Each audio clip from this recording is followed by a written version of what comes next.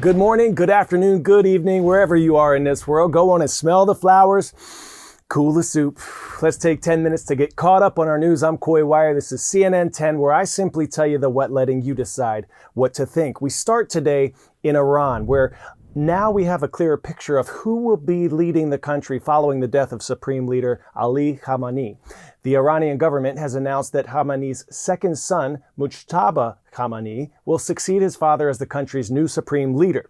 He'll take over a role his father held for nearly 4 decades before being killed in the U.S.-Israeli airstrikes last month. It's a move that U.S. President Donald Trump has previously indicated would be, quote, unacceptable, and Israel has pledged to target any successor. Our Isabel Young has more on the implications this pick could have within Iran and throughout the region. Mujtaba Khamenei is Iran's declared new head of state, the spiritual leader for a brutal regime his father came to embody before he was slain by Israel and the US in joint strikes. Alongside his father, Mujtaba's mother and wife were also killed in US-Israeli airstrikes. The signal regime is sending is continuation. We're still holding together. It's more of the same. And in fact, we're going to become even more hardliners than we were before. All the military pressure that the country is under is not going to get us to shift position. Born in Mashhad in 1969, Mujtaba Khamenei served in the Iran-Iraq War and studied in the holy city of Qom. Mujtaba Khamenei has strong links with the security establishment, the Islamic Revolutionary Guard Corps, as well as the Basij paramilitary force, relationships he's likely to foster if he wishes to rule in the same vein as his father. But the junior Khamenei could struggle for legitimacy, even among supporters of the regime. He's not a well-known cleric and has not held government office, and a father-to-son succession may not be palatable to the supporters of a revolution that overthrew a monarchy. To Scotland now, where a huge fire engulfed an historic building near Glasgow Central Station. Fortunately, no casualties have been reported at the time of this taping, but the fire destroyed several places of business and caused major travel disruptions. More than 60 firefighters fought the blaze, which started in a vape shop on Sunday, according to the BBC. People were told to stay clear of the area and to keep all windows closed. Opening in 1879, Glasgow Central has become Scotland's busiest station, and all train services were expected to be cancelled until at least the end of Monday. Pop quiz hot shot. What year were the first Paralympic Games held? 1950, 1960, 1970, or 1980?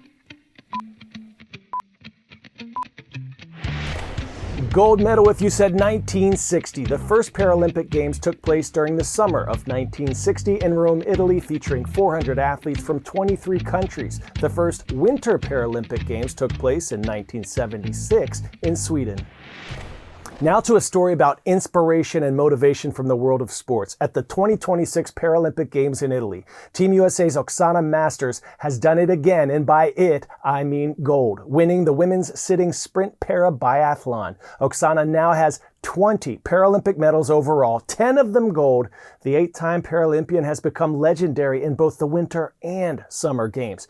She was born in Ukraine with her hands, feet, and legs not properly formed due to radiation poisoning from the Chernobyl nuclear reactor incident. Abandoned by her parents, she spent 7 years in an orphanage where she would have to sneak out to find food because of the neglect and abuse she faced. She was adopted by an American professor, Miss Gay Masters, moved to the U.S., and over the course of 7 years would have both of her legs amputated. But nothing stopped her from dreaming big. Not even a surgery, a bone infection, and a concussion leading into these Paralympic Games in Italy. At 36 years old, Oksana is the most decorated American Paralympian of all time. I had the chance to catch up with her to hear her incredible story and find out what motivates her to reach new heights.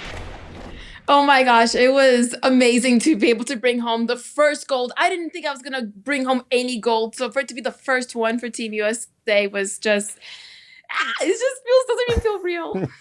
It's funny to hear you say, I didn't think I was going to win any medals at these games. In the lead up, you had to battle surgery, a bone infection, a concussion. Do you ever just say to yourself, why me? I think the human in me, definitely there's moments of it, but I don't live in like the why me. I think it's just more like, especially as, sometimes you're just dealt with a certain deck of cards, and you just got to play them how they are. And I think not why me, but I think just another opportunity to show and learn something about myself, how strong I am, how resilient humans are, and just power through. Yeah, and I know it's a beautiful day in this neighborhood, a beautiful day for a neighbor. Would you be mine? You've talked a lot about this in your book, and I can't wait to have people get into that. But when you talk about your upbringing and how tough your childhood was, all that you've been through, what is one story you can share with us? And how did that tough time end up shaping you into the strong woman that you are today? I was told when I was having my legs amputated, I would never walk again. I'll never be an athlete, and didn't know any of this was possible for me.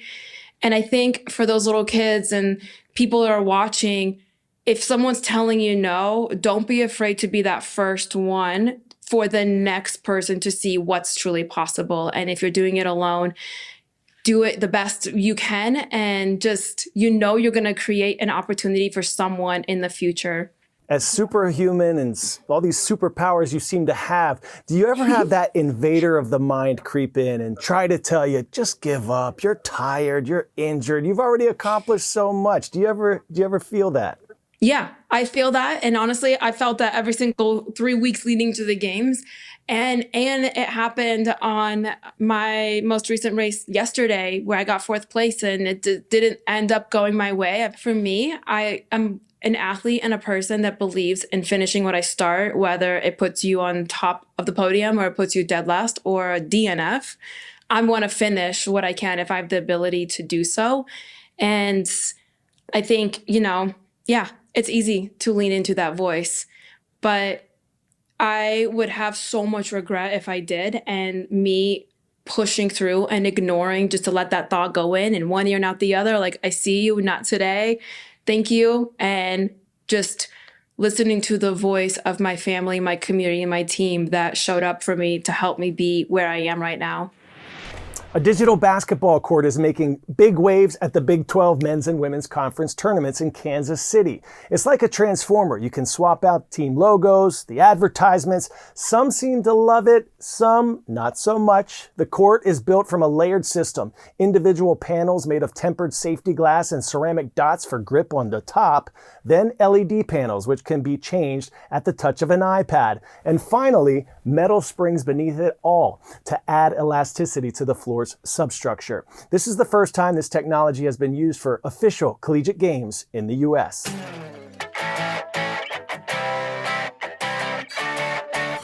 Today's story getting a 10 out of 10, you. As we do on the 10th of every month, we are going to highlight some of our viewers' top moments of the year so far. Let's start in Owensboro, Kentucky, with a team giving us something to cheer about. The Burns Middle School cheerleaders just made school history, winning a national championship at UCA Nationals in Orlando in the junior high game day non-tumbling division with teamwork, determination, and a 3.73 team GPA. They are proving they've got the spirit and the smarts. Way to stick the landing. Next up, we're headed to Illinois, where one team finished their season with a bang. The Effingham Mustangs, 5th grade girls basketball team, galloping past the competition, wrapping up their season with a dub, giving Mrs. Bowman's class at Central Grade School plenty to celebrate. Let's head over now to Kansas, where one Roman Peterson, a student from Miss Ferguson's class at Quail Run Elementary in Lawrence, Kansas, got the chance to fly a plane on January 10th. Pretty fitting for one of our CNN 10 family members. Roman says he hopes to become a pilot or maybe a football player someday. And after getting behind the controls, looks like he is already soaring towards his goals.